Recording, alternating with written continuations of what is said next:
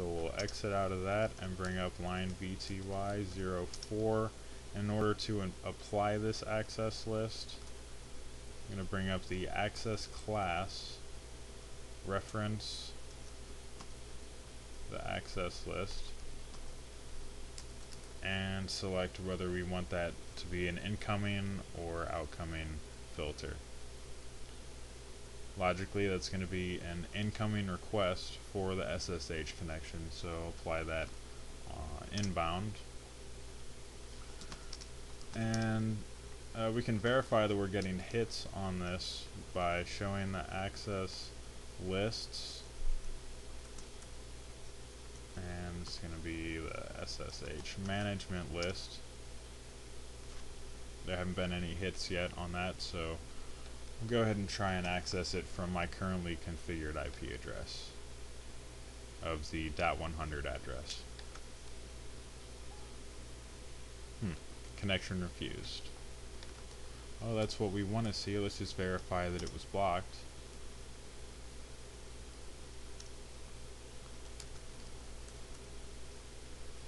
Show IP access lists and SSH management.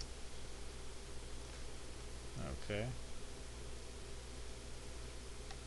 So obviously we weren't able to get in using the current address that we have applied. So let's change my address to the .1.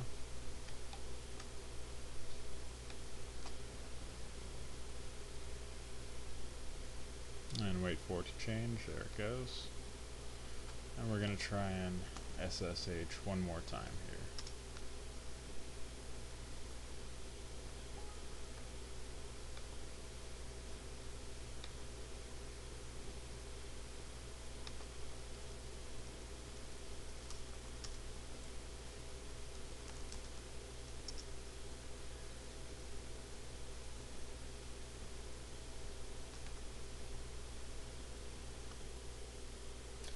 Alright, so after doing a little bit of troubleshooting here and figuring out that you're going to have to only use logical groupings here as far as your wildcard bits go, if I just use the .2, it allowed me to use a 192.168.2.2 address, but it wouldn't let me use the .1.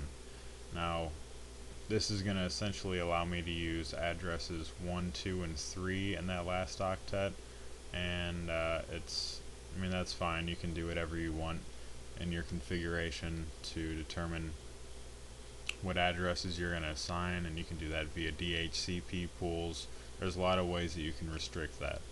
But let me just bring up a terminal here and show that it's matching on this list. You can see I tried it a couple times just to make sure. And if I hit OK to connect, verifying that I am using the .1 IP address on that subnet. And there it is. It lets me write in.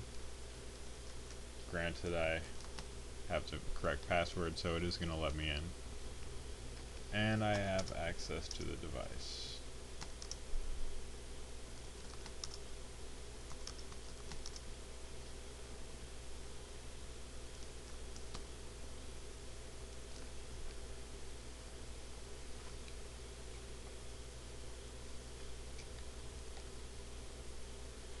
So by verifying here that I have some matches on that access list and it is filtering out traffic from any IP address other than the 192.168.2.12 or 3, I would call that somewhat secure. There are many other methods that you can use to filter traffic.